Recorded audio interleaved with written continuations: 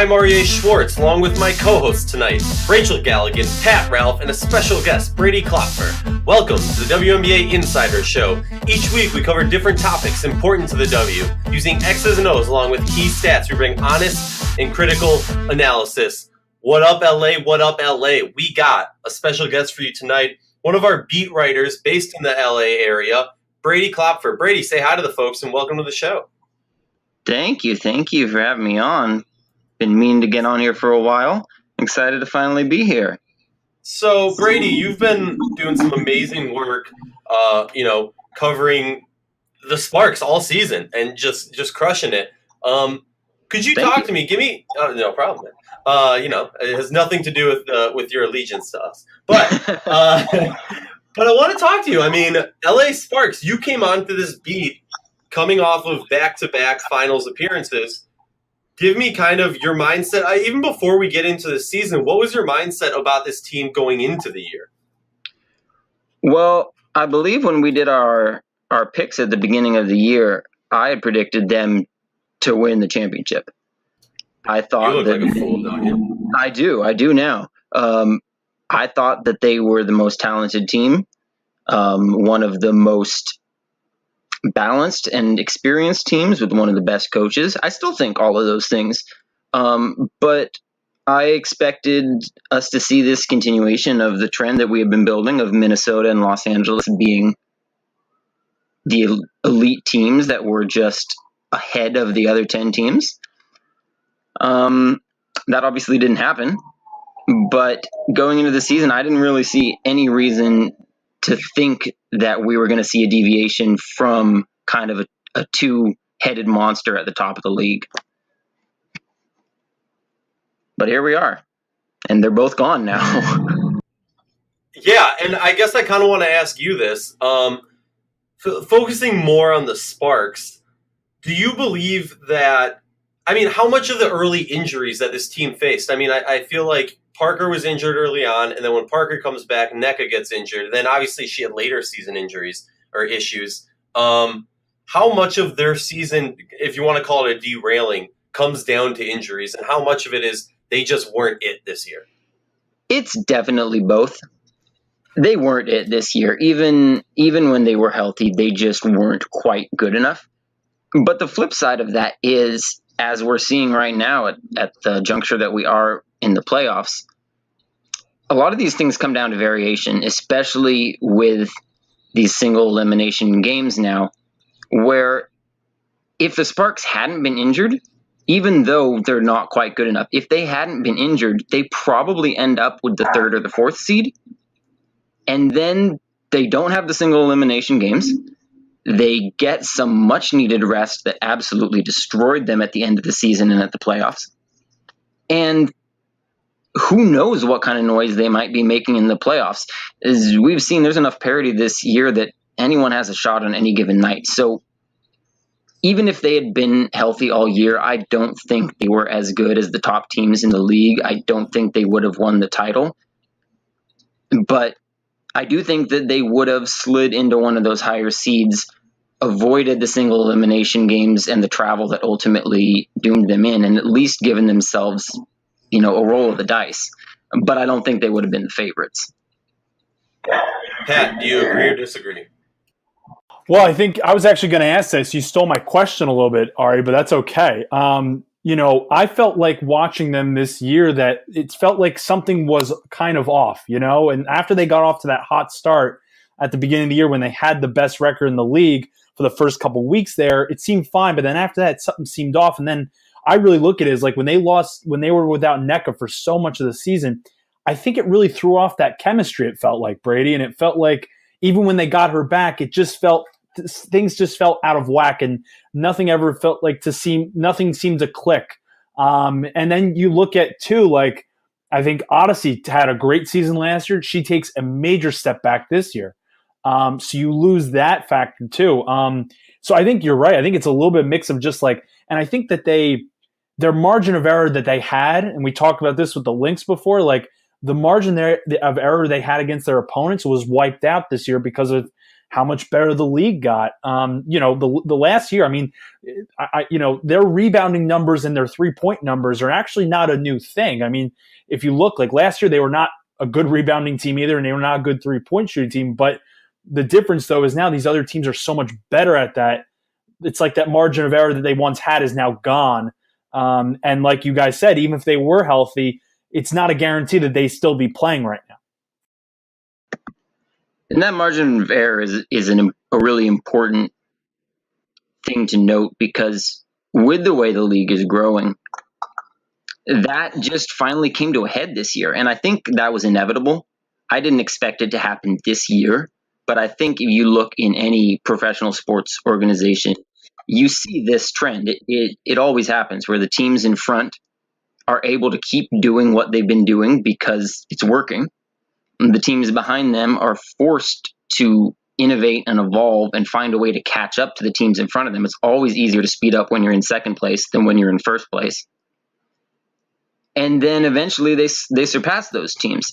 I didn't think it was going to happen this year. It happened. But, to your point, Pat, I was looking at the numbers once the season finally ended. Frequency of long twos attempted, Minnesota first, Los Angeles second. Frequency of threes attempted, Los Angeles 10th, Minnesota 11th. Frequency of transition opportunities, Los Angeles 10th, Minnesota 11th. Those were two teams that had a style that worked, and no one forced them to change that style because no one was good enough. And now those teams behind them were forced to evolve so that they could leapfrog Los Angeles and Minnesota.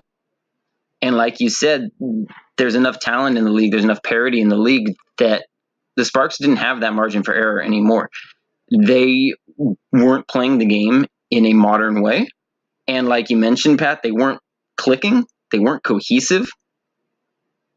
And when you take into account the evolution and the parity of the league, there was just no margin for error for them to play that way. Let me just add a couple points here. And I agree with everything you guys are saying. I think that the biggest thing for me, and I don't know if you guys remember this. I mean, this was early on in the season, and it was a big build-up game where Seattle was taking on LA, and it was on ESPN. And we were all talking about it. We're all really hyped about it because I think at that stage, it was, only a few games into the season. And they ended up, do you guys remember this game? I mean, they absolutely just got completely dominated. Seattle came out. Yeah. Seattle ended up coming out just just punched them in the face left and right. The final score was 88-63. Seattle just dominated. And I remember watching that game and kind of looking at this LA team, not necessarily, obviously every team has a bad game, but looking at this and kind of thinking man, they don't even have that same pep in their step that we have seen at times. And I remember kind of from that moment on, obviously they went on a few runs. They had some great performances, but they were never able to be consistent with it. And I think we've talked about it from an aspect of the injuries, and you've got Beard and NECA who are, in and out of the lineup, which is detrimental to your team, your cohesiveness, your chemistry, all of those things. You guys are nailed it on the head, but I don't know what it was, and I just remember at that point watching that game and kind of thinking man, who is this team right now? And I remember thinking it several times throughout the season after that point, but I just wanted to bring that specific game up because I think I was very much taken away by that. I don't know how you guys feel about it. Brady, I was going to ask you, it felt like coming into this year that Coach Brian Agler was going to try to use more of that bench. It felt like he wasn't going to try to be as dependent upon that starting five and then a couple off the bench. But as the year went along, it seemed like they kind of just regressed back to their habits of just playing a couple off the bench, and he didn't really use Sydney or Katie Lou or it just felt like there was not it was inconsistent. Do you think that was something that, looking back, do you think that's something that you think could have made a difference for this team, or if not, or do you think that that's something that you think the Sparks will have to do coming this offseason, is really invest in really developing that bench? They obviously went out and signed Cappy Pondexter. That clearly did not work out. That was done in dead and gone in about 10 games or so, not even maybe. But what do you think of that and like the use or lack thereof of their bench this season? Well, I think it goes back to the point that Rachel was making about this team just never quite clicking, and it kind of forced Agler's hand a little bit. I talked with him a lot, especially early on in the year, about the bench, and asked him, especially with Maja Vadiva, because I think she brings a really interesting element to that team. Obviously, she's very young, a little bit raw. I agree. But she brings something that team doesn't have and that team needs. And I asked him a lot, are you going to play Vadiva? Are you going to try to get her more minutes? And his answer with her and with all the bench players was always, yes, I want to get the minutes, but the games are going to dictate that. He would never commit to who was going to play on any given night. He would always have the same answer. The game is going to dictate who gets to see the minutes. And looking back on the season, just, loose memory here, I'd have to go through it more closely and see if this is true. But the game against Minnesota, the first game out of the All-Star break, is the only game I can remember all year where they looked good start to finish. Other than that, they didn't have games, even their games that they were winning by double digits, they were always having a quarter or 15 minutes where they were really struggling and ended up being a dogfight at some level. And that really, I think, played a role in Agler never feeling comfortable going to his bench. Even one game, when they played Phoenix, I think, right after the break, and they got a 20-point lead in the second quarter and emptied the bench for like the final 2 minutes of the first half. And the lead got cut in half, something like that.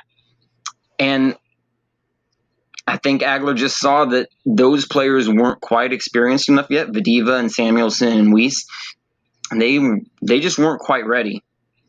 And it is something they need. And at the same time, they need to find the luxury of playing well enough that they can actually afford to grow those players. But part of it is also going to come from developing a scheme that's a little bit more useful towards those players. Vadiva is a modern big. Samuelson is a very, very good shooter. Those are things that they need to incorporate more into their offense.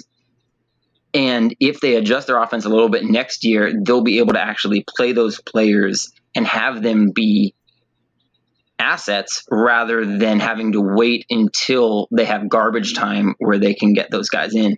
Because I think that really hurt them this year, just feeling like they couldn't afford to build some depth. And then, like you said, we saw at the end of the year, this was a team that was playing a very, very short bench. Obviously, the Pondexter move didn't work out for one reason or another. They never even filled that spot, so they were working with a short bench to begin with, and then there are 3 players on that bench that they're not playing. So they need to change that next year. But part of that just comes from the starters playing better, so that they can afford the young players some time to grow. It's really interesting because I think I've seen a similar, just based off what you're describing, a same thing happen with Minnesota, where you just don't see them giving that option. And in my opinion, I agree with you, Pat. They regressed back to old habits. I guess my question for you, Brady, is spending so much time with this team, kind of picking Agler's brain left and right, looking forward to next season.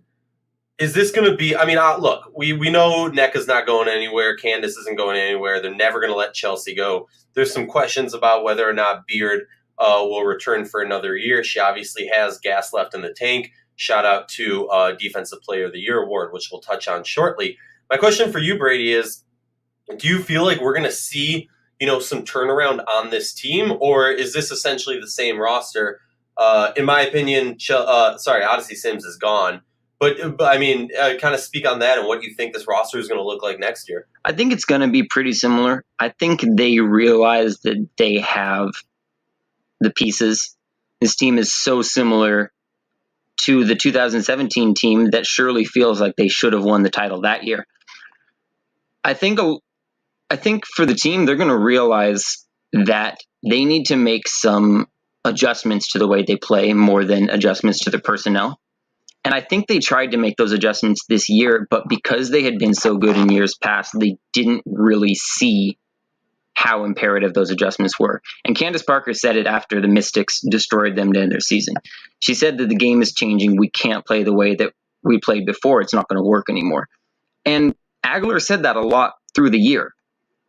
And we never actually saw it on the court because it's just hard, I think, as players to implement those kind of changes when you've been sitting on the top for so long. You don't see the need to deviate from what you've done so well until it no longer works. So I think they realize that. I think we're going to see a very similar team in terms of personnel next year. They have the 7th pick this year, and the draft doesn't have that, or at least right now doesn't have that superstar at the top like Asia Wilson, but I think it's a pretty deep draft where we could see them getting a kind of player that could really, really impact them back at that 7th pick, who could come in and play 15, 20 minutes a night right out of the gate. And that will obviously help. But, they'll target someone in free agency. They absolutely will. They did that this year with Cappie Pondexter, and it didn't work. But they're going to take that same approach this year. But I think that they're looking for another Cappie. They're looking for a Cappie that works, I should say. But I think they felt like Cappie is that one piece that's maybe missing. And I think this year they're going to still feel the same way despite the setback, that as long as they evolve, as long as they integrate some new elements into their game, draft well with the 7th slot, you add one solid rotation player in free agency, and there's no reason that they can't get right back to the top of the league. Yeah, I hear what you're saying. I kind of want to talk about Alana Beard for a moment. And I'm going to let Pat come in after me, and then Rachel, and then Brady. Pat, we've talked about this a lot. Mm-hmm. The eye test, Yes. Beard is just next level eye test. Statistically, though, it's pretty, it's not as clear cut. Kind of break it down for the folks. Yeah, so we've talked about this a lot. And, when you watch... See, for me, if I was voting, I didn't have a vote. I know, Brady, you had a vote. If I were voting, I was torn between Sylvia Fowles and Alana Beard. And my reasoning was, kind of you alluded to a little bit, Aryeh, was I had looked from the eye test, like watching Alana Beard play. It's just like you watch her and you realize immediately, I tweeted this today, like you realize immediately why she is the best perimeter defender, if not the best defender in the entire league, why she's a 2-time Defensive Player of the Year. I mean, her quickness, her tenacity, she's physical. The fact that she has, her claim to fame maybe shutting down 2 of the greatest scorers in the history of women's basketball, let alone basketball in general, like between Diana Taurasi and Maya Moore, like that alone is just an incredible accomplishment. You see that when she plays. Like I remember specifically watching her when the Sparks were playing the Liberty, and I mean she was just all over the floor, like diving for loose balls and picking off passes and this and that. And so when you watch it, you almost have to just kind of throw stats out the window when you look at her, because you can just see her like she's really good. But like you look at Sylvia, and she was like top 2 or 3 in like defensive win shares and defensive rating and defensive rebounds. And like, obviously you see her and you watch what she does for Minnesota, and literally she's just a force, at the rim, and she's able to just, what she does controlling that paint is just, I think she's the best defensive big in the league. And so I think there was a tour in there. So I think either way you went with that was fine. I think was just interesting for me. And then I'll pass the ball off to whoever wants to go next here. I think it was interesting that there was one team out there that did not vote for Alana Beard for first team or second team all defensive. And Brady, I know you tweeted about this today. I was tweeting about it. Rachel, Aryeh, we were all tweeting about how the discrepancy between the head coaches and the media was very different in the voting. But the real big thing was the Alana Beard thing. And the Sparks, it did not go unnoticed. I mean, we saw it today, guys. We were talking about it. Brian Agler was tweeting at us like, what's going on here? He was clearly not thrilled. And they're obviously a little bit wondering who this mystery team is. But I just think it's interesting that, I just thought I took it as like how different a perception can be, like the media's perception from it than a coach's perception. So I'll pass it off to whoever wants to go now and chime in here. But I mean, Alana Beard, though, like so deserving. just you talk about meeting the eye test. I mean, just blows her away and just is so just. It's one of those players you just flip on the tape and you want to teach a young basketball player how to play defense. Look no further than watch her. Rachel, talk to me. What are your thoughts? No, I think she's she's incredible. There's a reason that she won it. I also think that Sylvia Fowles is incredible. So. I think it's interesting, the discrepancies and just kind of this week, especially just kind of broadening it when it comes to the voting and media voting and just even the kind of the mentality, the things that people look at when they make those decisions, when it does come to voting. And so, I don't really have a ton to add to that besides just kind of echoing what I agree about Beard. And she's such a breath of fresh air. To watch, and just the motor that she plays with, how tough she is on the defensive end of the floor. And there's a reason they're the best defensive team in the league. And it's because she's at the forefront of it. So I know the Sparks have got to be so thankful for her on their roster, and it hurts them so much when she's not there. And we talked about just the being consistent. This is a team that relies on the defensive end of the floor in order to have some success. And when she's not there, we're not just talking offensive consistency and just, Candace Parker playing well, Chelsea Gray playing well, Odyssey, it's all fueled by the defensive end of the floor. And so when Beard isn't there, she's in and out of the lineup. That's part of the reason it throws off that flow so much, what she brings to the table. And I think she's very deserving of it. So, and I think an important point on that, Rachel, is almost every single time that I would ask a Sparks player after a game what was working with their offense, they would point to the defense first, and then they would point to Alana Beard. Every single time, all season long. You ask Candace Parker why she was so efficient on any given night. She says, well, Alana was playing great perimeter defense, and it was getting us great opportunities. So, at some level, she's winning Defensive Player of the Year there for her contributions on both sides of the floor, even though she's not a very good offensive player anymore, being that good on defense, especially at the perimeter where you can create fast break opportunities. If you create a turnover, defense leads to offense, and she was the Defensive Player of the Year in large part because of how good of offense her defense would lead to.